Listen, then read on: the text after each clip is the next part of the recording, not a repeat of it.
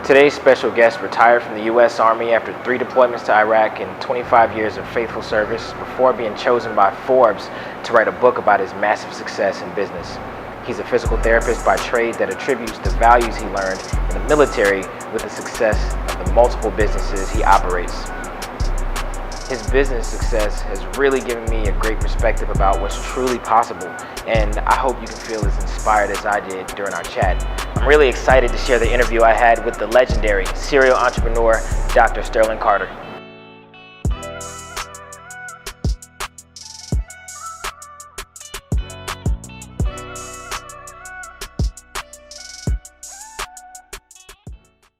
It's great to be here, Robert. Thank you for having me.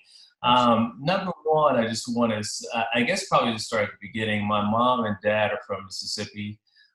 They are, their parents were sharecroppers. They grew up on the farm and had to always work really, really hard in order to keep the farm going. And that was how they produced revenue. My grandfather was a lumber guy. He cut trees down and they did the farming thing. So when you have that type of family background where it's about hard work ethics, it's that was instilled in us. So I have a twin brother, and so our mom and dad. My dad actually was a veteran as well. He was in the Air Force, but they really just believed in hard work and instilled that in us. And so we had just a regular childhood that anybody would have. But I think that what was the differentiator was not being afraid to work hard, having a strong family background that kind of helped to push us and loved us and let us know we could do anything if we put our mind to it. And I feel like we kind of share that. My parents, or my father, is from North Carolina. He was a sharecropper as well with his parents and things like that. So, I feel like having that kind of background, it does instill something in you that never really goes away. Exactly. That's awesome. Yeah, and then the how we ended up I guess getting into the military, how I ended up getting in the military, it's kind of crazy. My father, who we're talking about veterans, he suffered from PTSD. He's a Vietnam veteran, and he chose to deal with his post-traumatic stress with probably not the right way. He used alcohol as his outlet to kind of get over the PTSD, and by the time we were age 12, he had passed away. So we were from no problem. We had the strong family kind of bond, and then after that, it was a single parent household. I remember when we were seniors in high school and getting ready to try to go off to college, our mom was like, "Okay, I can't afford to put both you guys through college at the same time, so we're gonna figure out a way to make this work." And that's really kind of how we just ended up jumping in the military. We're like, "Okay, we'll do the Army. You have the GI Bill, all that kind of good stuff. It'll help pay for school." So that's how we got in. That's awesome. And which school did you go to? Went to Langston University out in Oklahoma, a small little school out there in rural Langston, Oklahoma. It's not too far from Guthrie. Never been to Oklahoma before, never heard of Langston before, but they were offering the most money and scholarships, so that's where we went. That makes a lot of sense.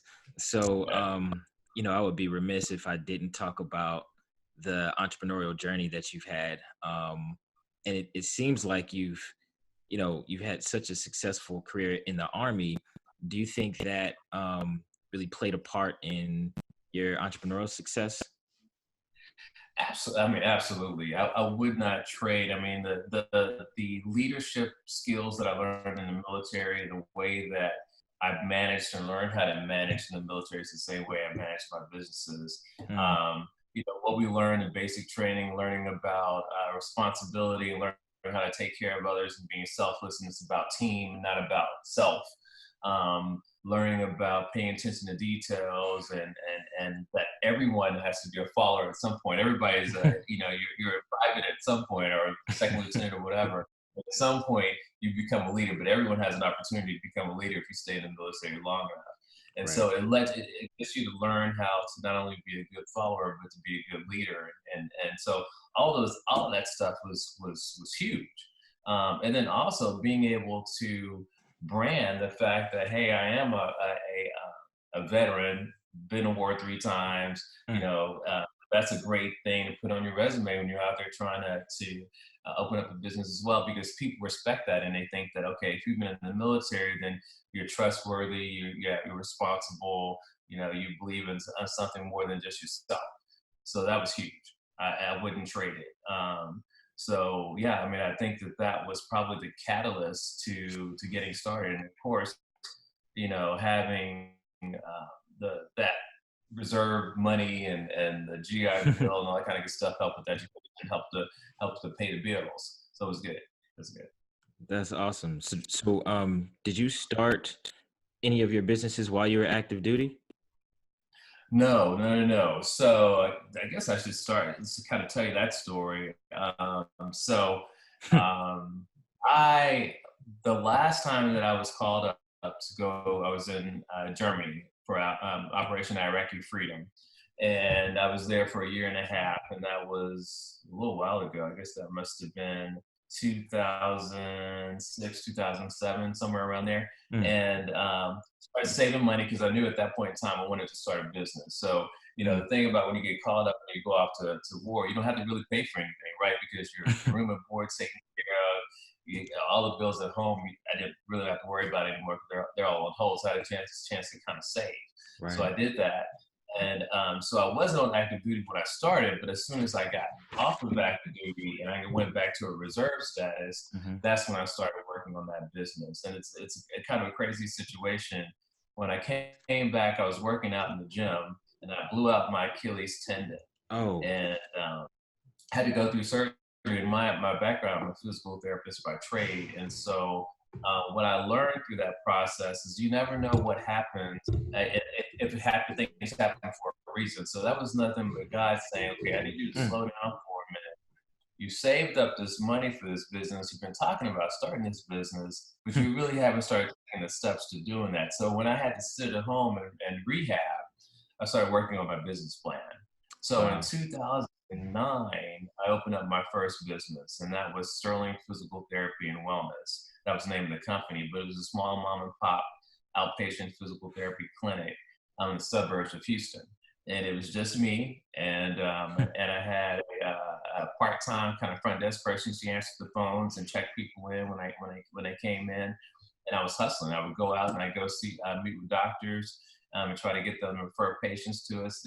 If I didn't have patients, I was going and doing home health. So I was kind of supplementing my income and that kind of thing. And that's just kind of where it started. Mm, And I think it was because of the military understanding about processes and understanding about making sure that you have something that's quality. It was all about I wanted to make sure that I had a brand, a strong brand that was built on customer service, on communication, on taking care of others. The same way I would want someone to take care of my parents. mm, And we developed a really strong brand and a really strong reputation. And so from there, and when you have that strong reputation, what happens is doors start opening, right? mm, Opportunities start coming. So um, in 2011, I kept getting calls from home health agencies asking me, you know, hey, do you have anybody can come help us? We have some patients that need help in their homes. And then we started, but I couldn't because it was just me. I was just working by myself and I didn't have the time. So I kept saying no. I kept saying no, I can't do it. And then I had my peers, therapists that were looking for jobs, and I was like, I don't have a job for you because we're not busy enough in the clinic. mm-hmm, But then I thought about it and I was like, mm, um, why can't we open up a staffing company that staffs therapists to home health agencies? And that was so that birthed wow. the second business. And that was the therapy staffing business. And since then, it's just been a roller coaster. We've just opened up probably about 4 or 5 businesses. We wrote a book. It's a bestseller book. Forbes magazine is the publisher. Forbes has a book line, and they actually caught word of our story and helped us to write a book about our story and about how we were able to succeed. The book is called Double Your Success, and so it's available on Amazon, Barnes and Nobles, that kind of thing. But it's been a great ride, great ride. That's awesome. Wow. I mean, there's a lot there. I, so when it comes to the book, what was the process for writing the book? Or was it a collaborative effort? So it was. So what happened is that Forbes magazine had just purchased a book line, Mm-hmm. and they called it Forbes Books. And the whole purpose of Forbes Books is to showcase CEOs Mm, and entrepreneurs, because of course Forbes is all about entrepreneurs. right. And they were, I guess, researching and trying to find out who would be great authors and what stories would be catchy. And at that point, Steve and my twin brother and I had opened up a few businesses, and they thought, okay, twins, minorities, African Americans, that somehow were able to open up a business together and not kill each other. Sounds like a great story. Right. So they flew down to Charlotte, and where the headquarters is located. And we had what's called a blueprint day. They heard about a story. They were like, look, we think you guys got a great story, and we want to put you in our program. And so the program was really nice because we actually were able to utilize a ghostwriter. And the way a ghostwriter works, of course, a lot of people hear about ghostwriter with rap and all that kind of good stuff, but it's pretty cool because it's your story.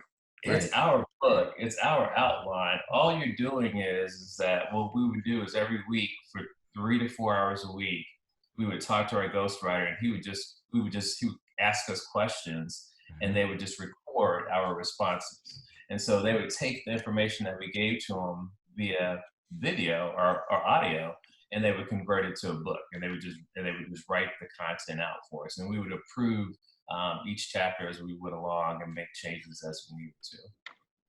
Wow. That's pretty Yeah. cool. hmm Um, so you have a few businesses now, that are very successful. How do you manage your time? Good question. I mean, I think it's again kind of going back to the whole veteran military thing. You have to Right. delegate.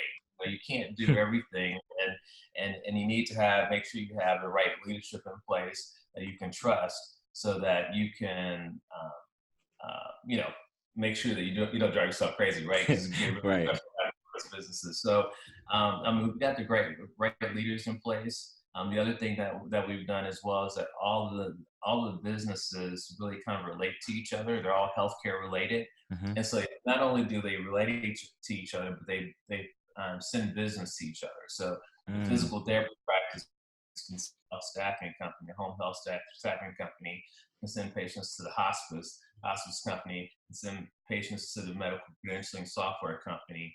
And then it goes, and then if someone needs consulting, we have the Carter Brothers consulting line that's associated with the book where we're teaching entrepreneurs how. So it all just kind of works together and it gels well. I would say for those that are trying to start multiple businesses, try to stay within your lane and not try to open up. And we've done this before and been unsuccessful. Try to hmm. open up a restaurant or a club or something like that. That's not our skill set. That's not our strength. So stay in that area where you're good, and you'll be successful. You have to build the right team. You got to build your team around you that you can trust and that understands your mission and values and can push it out. So is that what you call vertically integrated when basically all of your Yes. businesses are feeding? Okay. Um, Exactly. what? Vertically integrated, we have a term for it. We call it the circle of care, the Sterling Okay. Circle of Care. And what we Uh, and all the businesses run in this circle that just runs. It's a continuum, and the business. And we even have our entire marketing team has the ability to sell any part of the business depending on where they are and if the opportunity arises. So, and so how many people do you have total? Like, as far as employees. yeah, employees. So internally, so I guess with all the businesses collectively, probably about 100 employees. That's internal because, of course, we have a staffing company where we staff out. We have contractors, so we have probably about 800 contractors. So collectively, about 900 that we employ contract, both W-2 and 1099. That's awesome. So, at a certain point in your life, did you realize, wait a second, I can do this, or did you always know that, hey, I also want to be a physical therapist and an author and an entrepreneur? Like, how did you? No, no, no, exactly. I think it's just one step at a time for anyone that's just trying to get out there and start a business or want to open multiple businesses. You just start grinding, and it's one step at a time. You want to make sure that you set the right goals and the plan, and and then you have to be open to the opportunities. So we never thought we were gonna. We always talked about writing a book, but the opportunity just really kind of presented itself. I didn't imagine opening up all these different businesses, but when the opportunities are there, and you think that the iron is hot, you got to strike. So that's what you do, and we try to make it's a calculated risk. You don't want to go out there just opening up a whole bunch of businesses willy nilly because you fail. And the other side of it too is that for everyone in life, we want to be successful. We all want to make a lot of money, and you want to be able to, and we want for everyone generational wealth, right? Right. But the balance, you have to make sure that work-life balance works itself out, because you could work and have all this money and all this success, but if you're not enjoying it and you don't have anyone to enjoy it with, what's it all for? Right. So I just encourage everyone to make sure that you live a balanced life. It seems like you're bringing a lot of value to your community, the medical community. And it seems like that value a lot of times typically comes with a price. I think a lot of people, depending on what kind of background they have certain feelings about how much they should charge for their services, or they might think, oh, well, I'm not good enough for to make 20,000 or 30,000 or $50,000 a month. Did you have a thought process shift at any point in your career where you thought, okay, I have to make this kind of money in order for everybody to be successful? Exactly. I think it's really not about a certain finite amount of money that you want to make, even though each year we do have a budget, our goal of what we want to make the following year, because I think everyone should have goals. Right. But it's really more about just not limiting yourself, making sure that you're saying that I can, earn $50,000, $150,000, $200,000 a month. It's possible, and not limit ourselves, making us think that, or not thinking that you can only earn $5,000 a month or $10,000 a month. You have to kind of get outside of the box, because in life, society tells you should make a certain amount of money, have the home and the house and the family and the dog, and you're good. But there's so much more out there, and so you just have to be open to it and not limit yourself. That makes so much sense. So I know you have a mentorship program. I'm sure these are some of the principles that you instill in the people that you lead, right? Oh, absolutely. We have a mentorship program. As a matter of fact, we just launched a new program that we're excited about. It's called the Young Millionaires Series. Oh, And it's geared specifically to veterans, to those that are, to young people that are wanting to open up their own business and build generational wealth and really become millionaires, because we think that it's possible for everyone and anyone. And basically what we're doing is we're doing a tour. We're going to 6 major cities this year, and we're offering a course on entrepreneurship and how to build a business. And it's basically going to give you all the steps, all the nuggets, all the secrets, everything that we've learned, so that you know what you need to do in order to grow and build your business. So we're really big about mentorship. So we have that. We also have an online course that's in line with the book Double Your Success. And so if someone wants to just learn and go through the consulting online program, that's available. Really inexpensive. It's only $49.99 a month, and you just have access to it for a year. It's a year contract, $49.99 a month, and you just go through coursework. So wow. We have those things available. So and it's really just about giving back. It's not a money-making venture. It's just trying to pay it forward. That's amazing. And that sounds like I feel like I'm in the target market for that that young millionaire course. So, how do people get involved with it? So good question. What we're doing is we're doing our first event in February. It's going to be here in Houston on February 21st. I believe it's the 21st. It's that Saturday. It's either the 21st or 22nd of February. And anyone that's interested are open to come to Houston and attend. We'll be doing Every 2 to 3 months, we'll be going to another city. If you go to youngmillionairesseries.com, that website has all the information, and just check that. It will be updated on a regular basis. Our social media handles, the Twin Carters, we have information on there, on Facebook, on Instagram, on LinkedIn. You can always find information in those areas. And we'll be constantly updating that stuff. But the first event is going to be in Houston, Texas on February 21st. What are your thoughts on the staffing company and how people may perceive it sometimes? Yeah, we don't see as much of the negative side of it, and I guess maybe we may be a little bit biased, but we're providing a great service. There's so many people out there that need jobs, and a lot of times they just have a hard time finding those jobs, and so we're able to. We make a difference in people's lives every day. We have people that come to us and just send us their resume, and we can find a position for them somewhere. We just happen to have those relationships and connections where we put people together. The same thing with the companies that we're in contract with. The only reason they use a staffing company is because they can't do it themselves in most situations, or they don't have the time or the resources. And what we can do is we actually vet those individuals. We've done the background checks. We've done interviews. We know they're qualified.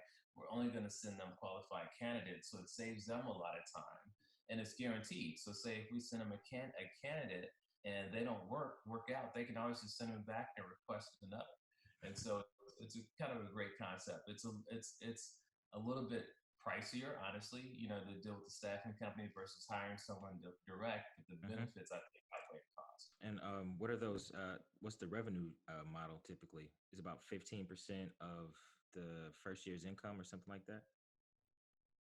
Right. So it all depends. So if it's permanent placement, it can be anywhere from 10 to 20% of the first year income is what the company will have to pay. The actual candidate that's applying, there's no cost whatsoever. It's just a service that's provided for them because the company that's hiring them pays for it. If it's on a temporary basis, a lot of times we'll have temp to perm situations, and the company's just paying an hourly rate, and we pay the candidates their hourly rate, and then we just make a little bit off the top. And so it's kind of how it works. Yeah, it's been great, and it definitely provides. It's a service out there that's definitely needed. Staffing is one of the fastest growing industries in the country right now, and so it's some of the biggest, most lucrative businesses, from gross revenue standpoint, are staffing companies. So it's definitely good business. That's awesome. So I know you got a game to go look at, and I really appreciate your time. I feel like this is probably the first of many conversations that we'll have. So I'm looking forward to speaking with you a little bit more. But do you have any parting words that you would like to say to people that are coming up or want to be in your shoes someday? What would you say to them? So I would say that now is the time. I think too many times what we do is we spend years trying to prep and get ready to start this business and go on this entrepreneurial journey. And I really think that the most important thing is just having a work ethic, the drive, the determination, and having a plan but getting started. The earlier you get started with the least amount of responsibilities, the better. Then you can grind out 60, 80 hours a week, and it's not as bad. And then once you're coasting and you're old enough, you have a family and kids, it's not a big deal. But start now, start young. And I love it. I see all the time. I see the younger generation. They're getting it. They're opening up businesses and getting started early, and that's what you want to do. Make sure you find a mentor. We didn't do this all on our own, and it always takes mentorship, the right type of coach. Mentoring is the key. That's incredible. Well, Sterling, I really appreciate your time, and I thank you so much for being on the Knight's Tale podcast, and I hope you have a great afternoon. I appreciate it, Robert. It's been a pleasure. Thank you. Thank you.